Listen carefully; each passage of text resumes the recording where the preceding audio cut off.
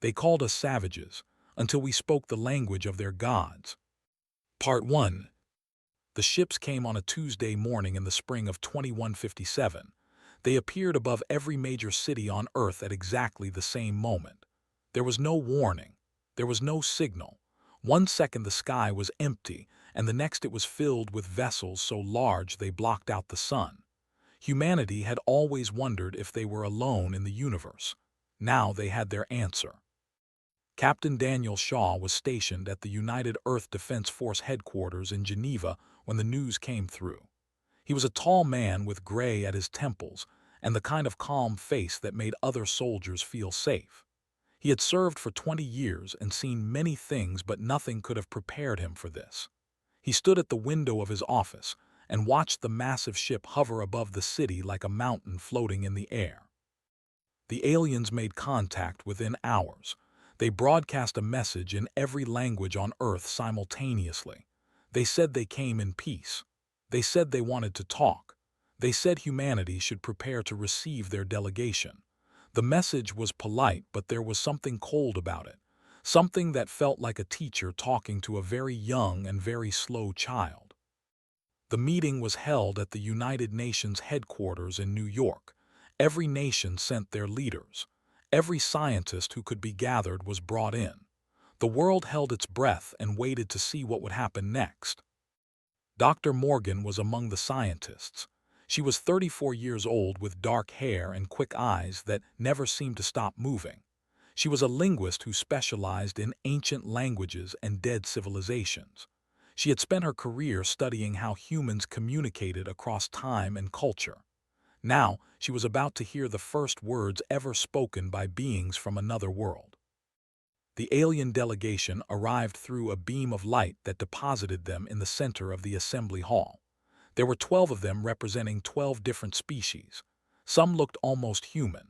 Others were so strange that the human mind struggled to process what it was seeing. There were beings made of crystal and beings that seemed to be living shadows. There were creatures with too many eyes and creatures with none at all. At the front of the delegation stood Ambassador of the Dominion. He was tall and thin with blue-gray skin, and a face that might have been handsome if not for the contempt that twisted his features. He looked at the assembled humans the way a person might look at insects crawling on the ground. He spoke, and his words were translated by a device that hung around his neck. The translation was perfect, but the tone was unmistakable. "People of Earth," he said, "you have been watched. For many centuries your world has been observed by the Galactic Conquered. We have seen your wars. We have seen your pollution. We have seen your primitive struggles with technology that other species mastered millions of years ago. We have debated long about what to do with you." The assembly hall was silent. No one dared to speak. "You are being granted provisional membership in the Galactic Conquered," continued. "This is not a reward. This is not an honor. This is a quarantine. Your solar system sits near a new hyperspace lane that we need to use. We cannot allow your species to interfere with civilized traffic. Therefore, you will be contained. You will not be permitted to leave your solar system. Any attempt to do so will result in immediate destruction of the offending vessel." Daniel Shaw stood near the back of the human delegation. His hands were clenched at his sides and his jaw was tight. He had faced enemies before, but never one who dismissed him so completely. The alien was not threatening them. He was simply stating facts the way someone might explain rules to a dog. Morgan was recording everything. She had brought equipment to analyze not just the words but the sounds beneath them. As spoke, she noticed something strange. There was a pattern under his translated speech, a harmonic frequency that rose and fell like music. It was not part of the translation. It was something else entirely, something that tickled at the edge of her memory. The aliens answered questions for the next 3 hours. They answered them the way adults answer the questions of children who ask why the sky is blue, with patience that was also condescension, with explanations that were also insults. They told humanity that their science was primitive, their art was crude, their religions were superstition, and their governments were chaos. One delegate asked if humanity could trade for advanced technology. Laughed. "What could you possibly offer us?" he asked. "You have nothing we want. You know nothing we need. You are a curiosity, a living museum of what the younger races look like before they grow up, if they grow up at all." Another delegate asked how long the quarantine would last, shrugged his narrow shoulders. "When you prove yourselves worthy of the stars, you will be allowed to join them. This usually takes between 10,000 and 100,000 years. Some species never manage it at all. They simply die out and are forgotten." When the meeting was over, the aliens departed as quickly as they had come. They left behind a single monitoring station in orbit around Earth, a reminder that humanity was being watched, a cage made of technology so advanced it might as well have been magic. Daniel Shaw found Morgan in a corner of the assembly hall. She was still staring at her equipment with an expression he could not read. "What is it?" he asked. She looked up at him with eyes that burned with something between fear and excitement. "Their language," she said. "There is something underneath it, a pattern, a frequency. I have heard it before." "Where?" She shook her head slowly. "That is what I need to find out. But if I am right, then everything we just heard is a lie. Not the words. The words were true, but the meaning behind them, the history they think they know." Daniel looked at her for a long moment. Outside the window, the alien ships were rising back into the sky. In a few hours they would be gone and Earth would be alone again. Alone and trapped and dismissed as savages by beings who had never bothered to learn their names. "What do you need?" he asked. Morgan smiled. It was not a happy smile. It was the smile of someone who had just found a thread and intended to pull it until the whole tapestry came apart. "Time," she said. "Resources. And people who are willing to believe that the youngest species in the galaxy might know something that the oldest ones have forgotten." Daniel Shaw nodded. He did not understand what she had found, but he understood the look in her eyes. It was the look of someone who refused to accept defeat. The aliens had called them savages. They had locked humanity in a cage and thrown away the key. They had dismissed Earth as a footnote in galactic history. They had no idea what they had just started. They called us savages, until we spoke the language of their gods. Part 2. 3 years passed after the aliens left. 3 years of quiet anger and secret work. The governments of Earth told their people to be patient. They said humanity would prove itself worthy. They said the quarantine was temporary. But behind closed doors they were building something else. They were building hope. Dr. Morgan worked in a facility buried deep beneath the Nevada desert. It had no official name. It did not exist on any map. The people who worked there simply called it the vault. There were linguists and mathematicians and archaeologists and physicists. There were soldiers who guarded the doors and technicians who maintained the equipment. There were 57 people who had dedicated their lives to a single question. What was the pattern that had heard beneath the alien speech? Commander Cole was the military liaison assigned to the project. He was younger than Daniel Shaw but had the same steady eyes and the same unshakable calm. He had been chosen because he could keep secrets and because he believed in the mission even when he did not understand it. He stood in the main laboratory and watched work. She was surrounded by holographic displays that showed sound waves and frequency patterns and symbols from a dozen ancient languages. She had not slept properly in months. Her hair was tied back in a messy knot, and there were dark circles under her eyes. But when she looked at her work, there was a fire in her face that made everything else disappear. 3 years, said. He did not mean it as a complaint, but she heard the question in his voice anyway. The brass is getting impatient, he continued. They want something they can use, weapons, ships, anything that will give us a chance against the conquered if things go wrong. Did not look up from her displays. This is a weapon, the most powerful one ever created. Words, the right words spoken in the right way can bring down empires. He crossed his arms and waited for her to explain. She had been saying things like this for months, but she had never shown him proof. Today, she finally turned to face him. The Conquered uses 3 levels of language, she said. Common speech is what everyone uses. Diplomatic protocols are for formal occasions, but there is a 3rd level. They call it the sacred tongue. Only the highest castes can speak it, priests, emperors, the rulers of the oldest civilizations. It is forbidden to teach it to younger species. Frowned, how do you know this? I listened. I recorded everything the aliens said, and I analyzed every frequency. They let things slip when they thought we were too primitive to understand. The sacred tongue is not just a language. It is a technology. The sounds create patterns that interact with something fundamental in the universe. The species who speak it can do things that look like magic to everyone else. She pulled up a new display. It showed an aerial photograph of an ancient site in Turkey. Stone circles built 12,000 years ago by people who were supposed to be simple hunter-gatherers. I have been studying this site for years, said. The stones are arranged to create specific acoustic patterns. When sound moves through the chambers, it creates harmonics that match nothing else on Earth, nothing except one thing. She played 2 recordings side by side. One was from the alien ceremony she had recorded 3 years ago.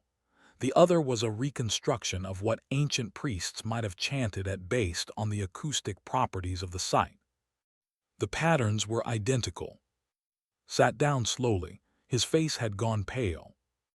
The sacred tongue, he said. The aliens learned it from something older, something that visited Earth thousands of years ago. Nodded. We found the same patterns in the lines, in the acoustic chambers in Ireland, in sites across the world that archaeologists have never been able to explain. Someone taught our ancestors these sounds. Someone gave them the foundation of the oldest language in the galaxy. Dr. Ben Harper entered the room. He was the team's acoustic physicist, a quiet man with thick glasses and a habit of speaking only when he had something important to say. He was holding a tablet with new data on the screen. We finished the analysis of the Antarctic readings, he said. Was right. There is something under the ice, something artificial. The energy signature matches the patterns we have been studying. Took the tablet and studied the data. Her hands were trembling. The entrance is keyed to specific frequencies, she said. The same frequencies we found in the ancient sites. Whoever built this wanted to make sure only someone who knew the old language could open it. Stood up. What are you saying? There is some kind of alien vault buried under Antarctica. Not alien, said. Or not exactly. It was built by the beings who created the sacred tongue in the first place. The Conquered calls them the architects. They are legends now. Gods from before the oldest civilizations were born. Everyone thinks they disappeared millions of years ago. But they came to Earth first. They came to Earth first. They taught our ancestors. They left something behind. And then they vanished. Looked at with eyes that were bright with unshed tears. Do you understand what this means? The species who built everything the Conquered worships chose humanity. They gave us their language when the ancestors of they were still swimming in primordial oceans. Ben Harper spoke again. His voice was soft, but there was wonder in it. The Conquered thinks they are the inheritors of the architects. They think they earned the sacred tongue through millions of years of advancement, but they did not earn it. They found fragments and built religions around them. We have the original source. We have the complete pattern. Was quiet for a long time. When he finally spoke, his voice was steady. What do we do with this? Pulled up a new file. It was an announcement from the Conquered, a galactic summit to be held on a neutral world called Prime. Every member species would attend. Humanity was invited as a formality. The savages of Saul would be allowed to sit in the back and watch their betters conduct real business. We go to this summit, said. We stand in front of every species in the galaxy, and we speak the words that their gods taught our ancestors 12,000 years ago. Shook his head slowly. They will kill us. They will see it as blasphemy. Smiled. It was the same smile she had shown Daniel Shaw 3 years ago, the smile of someone who had found a thread and intended to pull. "Maybe," she said, "but first they will listen, and what they hear will change everything." She turned back to her work. There were still words to learn, sounds to master, a language to resurrect from the dust of prehistory. The conquered had called them savages. They had locked humanity away and forgotten about them. They were about to remember. They called us savages until we spoke the language of their gods. Part 3. The ship that carried the human delegation to Prime was small and old. It was the only vessel the conquered had permitted humanity to fly outside the solar system. A single transport with barely enough room for 4 passengers and their equipment. A reminder of how little the galaxy thought of Earth. Captain Daniel Shaw stood at the viewport and watched the stars streak past. Hyperspace was strange. The light bent in ways that hurt the eyes if you stared too long. He had spent his whole life dreaming of seeing the stars up close. Now that he was here, all he could think about was whether he would live long enough to see them again. Dr. Morgan sat behind him, reviewing her notes for the 100th time. The words she would speak were carved into her memory now. She had practiced them until her throat was raw and her dreams were filled with alien harmonics. She knew the risks.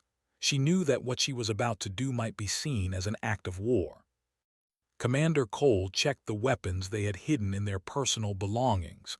Small things, nothing that would matter against a conquered warship, but enough to make him feel less helpless. The 4th member of their delegation was a young pilot named Grace. She was 26 years old with short black hair and a face that looked calm even when her heart was racing. She had volunteered for this mission knowing it might be her last flight. When Daniel asked her why, she had simply said that someone needed to fly the ship and she wanted to be part of whatever happened next. Prime appeared in the viewport like a jewel against the darkness. It was a world of crystal spires and floating cities, a place built by the conquered as neutral ground where all species could meet without fear. The human ship was directed to a small landing pad at the edge of the main complex, far from the grand platforms where the important delegations arrived. Daniel led his team through corridors filled with beings from 100 worlds. Most of them ignored the humans entirely. A few looked at them with curiosity or contempt. One species that resembled walking plants actually laughed when they passed. The sound was like wind through dead leaves. The summit hall was the largest enclosed space Daniel had ever seen. It rose for miles into the sky, supported by columns of light that hummed with energy. Thousands of delegates filled the seats, representatives from every corner of the galaxy. At the center of the hall, on a platform that floated above all the others, sat the High Synod, 5 ancient beings who governed the conquered. They had lived for millions of years, and they radiated power the way stars radiate light. The human delegation was directed to seats at the very back of the hall, so far from the main platform that the Synod was barely visible without magnification. Daniel sat down and waited, sat beside him with her hands folded in her lap. To anyone watching, she looked calm. Only Daniel could see the slight tremor in her fingers. Ambassador took the main stage to present the agenda. He looked exactly as he had 3 years ago, tall and arrogant with contempt written in every line of his body. He spoke of trade agreements and territorial disputes and hyperspace lane maintenance, important matters for important species. When he mentioned Earth, it was a single sentence.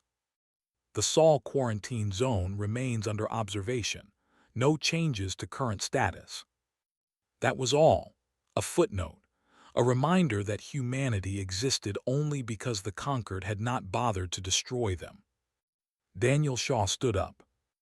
The movement was small, but in the vast silence of the hall it drew attention. Heads turned, eyes focused. Ambassador paused in his speech and looked toward the back of the hall with an expression of mild irritation. "The human delegation requests the right to address the Synod," Daniel said. His voice carried through the hall's acoustic systems. Every being present heard him clearly. His laugh was sharp and cold. You have no standing to address anyone. You are provisional members with no voice and no vote. Sit down before you embarrass yourself further." Daniel did not sit. "We invoke the ancient right of testimony. Any species may speak if they have knowledge that concerns the foundations of the conquered." The hall went quiet, even looked surprised. That law was old, so old that most species had forgotten it existed. It dated back to the earliest days of the conquered, when the founders wanted to make sure no voice would be silenced simply because it came from a young or weak species. One of the Synod members spoke. It was the Undying, a crystalline being that had not moved or spoken in 400 years. Its voice was like glass breaking in slow motion. "The law is valid. The humans may speak. Let them reveal what knowledge they believe is worthy of our attention." Daniel turned too. She rose from her seat and walked forward. The crowd parted before her, not out of respect but out of curiosity. They wanted to see what the savage would do. She climbed the steps to the main platform and stood where all could see her. A small woman from a small world facing the assembled might of a galactic civilization. She took a breath. She closed her eyes for just a moment. And then she began to speak. The sounds that came from her throat were not words in any human language. They were harmonics, layered frequencies that rose and fell like music from another age.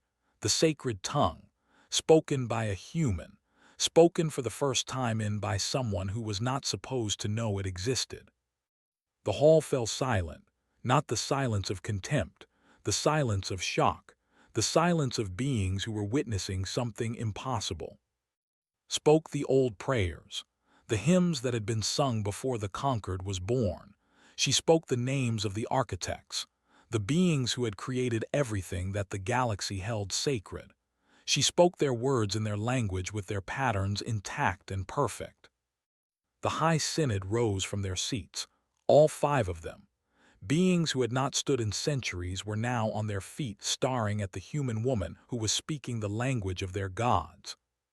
Finished her recitation and looked up at the Synod. When she spoke again, it was still in the sacred tongue, but somehow every being in the hall understood her meaning. "We are not the savages you believe us to be. We are the inheritors. We remember what you have forgotten. Your gods came to Earth first. They taught us before they taught you, and we have kept their words alive while you built empires on fragments and echoes." The Undying spoke. Its voice shook the foundations of the hall. "How do you know these words? How can you speak what was never taught to you?" Answered without fear. "Because your gods came to Earth 12,000 years ago. Because they gave our ancestors the complete pattern while your species was still young. Because we are not the children of the galaxy. We are its oldest memory." The hall erupted into chaos. Some delegates demanded that the humans be killed immediately for their blasphemy. Others demanded answers. Ambassador stood frozen on the stage with his mouth open and his certainty shattered. And in the back of the hall, Daniel Shaw allowed himself to smile. The thread had been pulled. The tapestry was coming apart. Whatever happened next, the galaxy would never see humanity the same way again. They called us savages, until we spoke the language of their gods. Part 4. The human delegation was taken from the summit hall and placed in a holding chamber deep within the prime complex. The room was comfortable enough with soft lighting and furniture shaped for human bodies. But the door was locked, and the guards outside were armed with weapons that could reduce a person to ash in seconds. Whether this was protective custody or imprisonment, no one could say for certain. Commander Cole paced the length of the room like a caged animal. His hand kept moving toward where his hidden weapon should be, even though the guards had taken it. He was a soldier, and soldiers hated feeling helpless. Grace sat at a console near the wall, monitoring every communication channel she could access. Her fingers moved across the controls with practiced speed. "They are terrified," she reported. "Every species is asking the same questions. How did the humans learn the sacred tongue? What else do they know? Some are calling for our immediate execution. Others are demanding that the Synod investigate. Nobody knows what to do. Daniel Shaw sat in a chair near the window. Outside, he could see the crystal spires of Prime glowing against the darkness of space. He had always wondered what alien cities would look like. Now he knew. They were beautiful, but they were also cold, built by beings who had forgotten how to be surprised. Morgan was studying her data files. Even now, with their fate uncertain, she could not stop working. There was always more to learn, more patterns to decode, more secrets buried in the harmonics of a language older than civilization. "There is something I did not tell you," she said quietly. The others turned to look at her. "Before we left Earth, we found something. Under the Antarctic ice. A structure that has been buried there for at least 12,000 years. The entrance is sealed with technology we cannot break, but the lock is acoustic. It responds to the sacred tongue." "Stop packing. You found an alien vault and you did not mention this." "I did not have enough vocabulary to open it. The summit was our priority. We needed to establish that humanity knew the old language before we could risk revealing anything else. But now things have changed." She looked at Daniel. "If we can get back to Earth, we might be able to open it. Whatever is inside could be the proof we need. Proof that the architects did not just visit our world. They left something behind."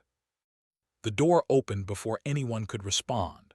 The Undying entered alone, the crystalline being moved with a grace that seemed impossible for something made of glass and light. It regarded the humans with facets that might have been eyes.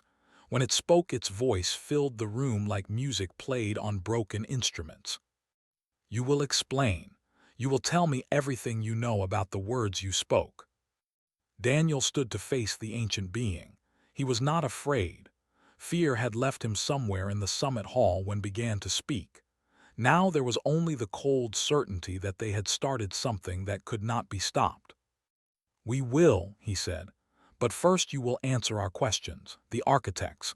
Who were they? Why did they leave?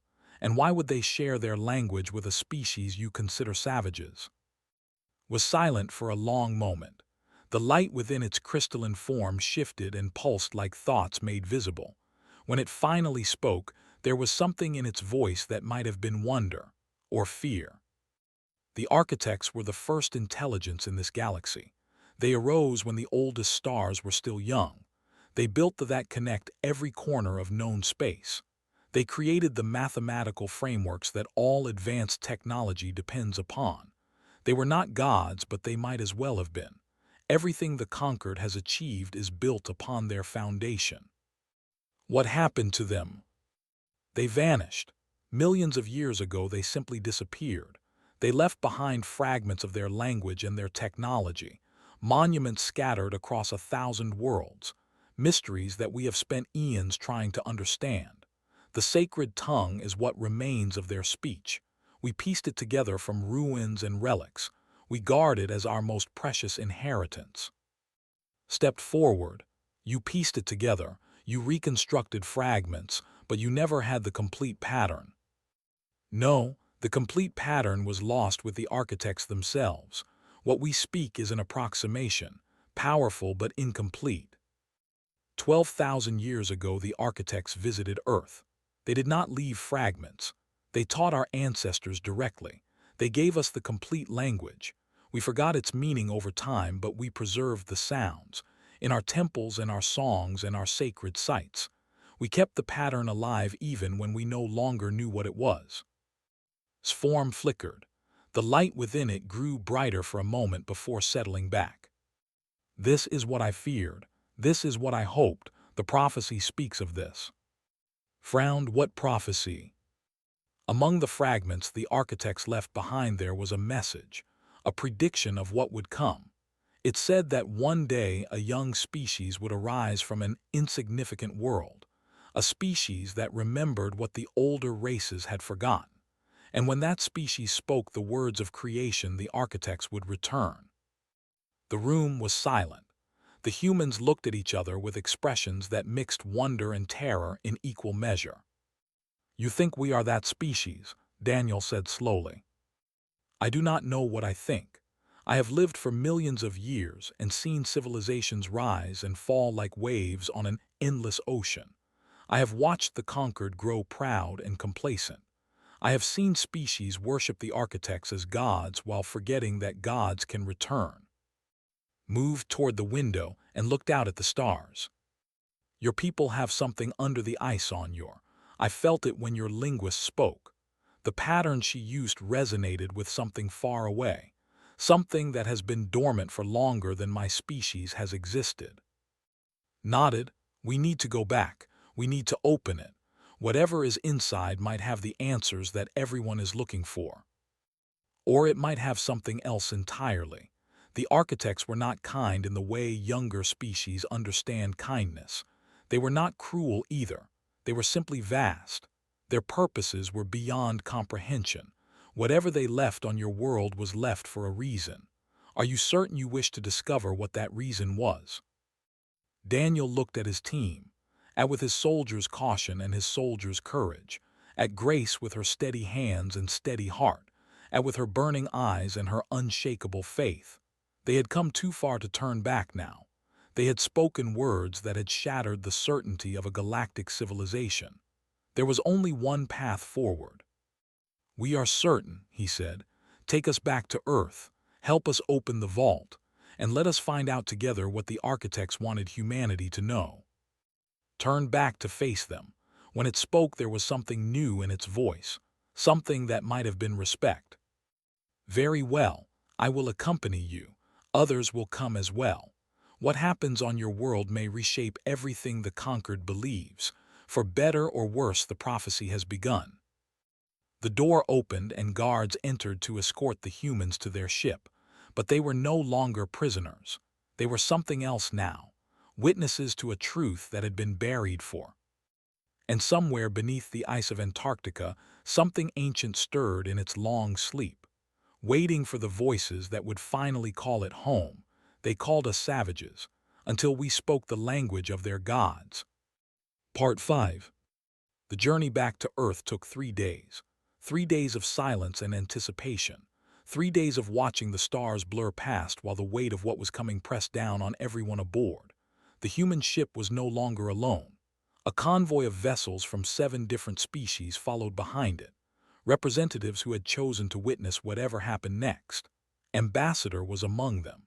His arrogance had cracked at the summit, and now he traveled in silence with questions he did not know how to ask. The Undying stood at the viewport of the human vessel and watched Earth grow larger in the distance.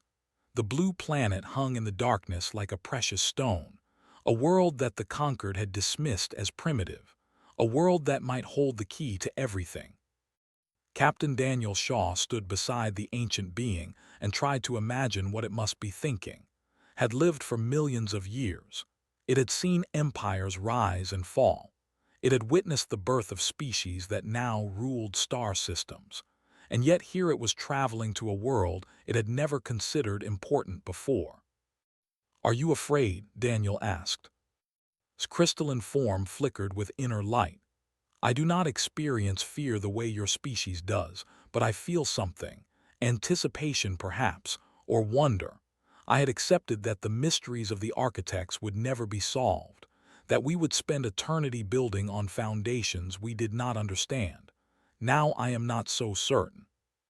The convoy landed in Antarctica on a plain of ice that stretched to the horizon in every direction. The human excavation team had prepared the site. They had dug down through hundreds of feet of frozen earth to reveal the structure beneath. It was massive, a door of black metal carved with symbols that pulsed with faint light, symbols that matched the patterns Morgan had spent years studying. The alien delegates gathered at the edge of the excavation and looked down at the door with expressions of awe and terror. This was not a relic or a fragment. This was something the architects had built with purpose, something they had meant to be found. Dr. Morgan descended into the pit with Daniel and at her sides. Grace remained above monitoring communications and watching for any sign of trouble, floated down to join them. Its crystalline body cast rainbows on the ice walls as it moved. Stood before the door and placed her hands on its surface. The metal was warm despite the freezing air. It hummed beneath her touch like a living thing. "The sequence requires 17 distinct harmonics," she said, "spoken in a specific order. If I make a mistake, I do not know what will happen." Shifted his weight nervously. What if it is a trap? The architects disappeared millions of years ago. Maybe they did not want to be found.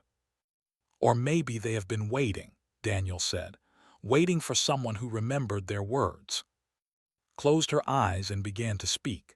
The sounds rose from her throat like music from another age, harmonics layered upon harmonics, frequencies that resonated with the door and the ice and the earth beneath them. The symbols on the door began to glow brighter, first blue, then gold, then a white so pure it was almost painful to see. The door opened. Inside was not a room but something else entirely, a window into somewhere beyond normal space. Stars wheeled in patterns that no telescope had ever recorded. Colors shifted in ways that explanation, and shapes moved in the light, vast and purposeful, coming closer. A figure stepped through the window. It was humanoid in the loosest sense, tall and luminous with features that seemed to shift between familiar and alien with every passing moment. It radiated presence the way a star radiates heat. Simply looking at it made one fall to her knees. When the being spoke, its voice resonated through every frequency at once, the sacred tongue spoken by something that had created it. "You have remembered. After so long, one of our children has remembered." Found her voice. "Who are you?" "We are what your species calls the architects. We are what the conquered calls gods. We are neither of these things and both of them.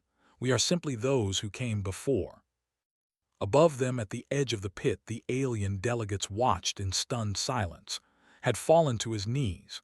The undying bowed its crystalline form in reverence. The architect looked up at them with something that might have been a smile. "We seeded many worlds when the galaxy was young. We taught many species the patterns that would allow them to build civilizations among the stars, but most forgot. They built empires on fragments. They created religions around echoes. They never understood where their knowledge came from." It turned back to the humans. Only Earth retained the complete pattern. Only humanity kept the old words alive even when they no longer remembered their meaning. "Your temples and your songs and your sacred places preserved what we gave you. You carried our gift across 12,000 years without knowing what it was." Daniel stepped forward. Why did you choose us?" The architect's form shifted, and for a moment it looked almost human. "Because you are stubborn. Because you fight against extinction with tools made from stone and will. Because when we asked the universe which species would carry our legacy, the universe answered with a world of creatures who refused to be forgotten. You have conquered ice ages and plagues and the violence of your own nature. You have survived everything the cosmos could throw at you, and you never stopped reaching for the stars." It gestured, and the window behind it expanded. More architects became visible, hundreds of them, thousands, watching from wherever they had gone so long ago. "The galaxy called you savages, but savagery is not weakness. It is survival. It is the will to endure when all logic says you should perish. That is why we chose you. That is why you will inherit what we built." Felt tears streaming down her face. "What happens now?" "Now you teach. The species of this conquered have grown proud and afraid. They have forgotten that knowledge is a gift meant to be shared. You will remind them. You will show them that true strength comes not from technology or age but from the fire that refuses to die." The architect addressed the assembled aliens. Its voice carried to every being present. "These humans are not your inferiors. They are your elder siblings in spirit if not in years. You will treat them as such. You will learn from them as they will learn from you. This is not a request. This is the purpose for which we created the patterns you call sacred." It turned back to the humans one final time. "We will be watching. We have always been watching, and we are proud of what you have become." The light began to fade. The window began to close, but before it vanished entirely, the architect spoke one more time. "The stars are yours now, all of them. Go forth and make us proud." The door closed, the symbols went dark, and in the silence that followed, Daniel Shaw looked up at the sky where the stars were waiting. 6 months later, Earth was welcomed as a full member of the Galactic Concord with all rights and privileges. Daniel became humanity's first ambassador to the stars, established an institute dedicated to recovering the lost words of the architects, led the first human expedition beyond the solar system, and Grace piloted the ship. The species of the Concord watched humanity with new eyes, some with wonder, some with fear, but all with respect. And in temples and academies across the galaxy, the sacred tongue was taught once more, this time by the savages who had never forgotten it. Because sometimes the youngest children remember what the oldest have lost, and sometimes the ones who are called primitive are the ones who were chosen all along. The end.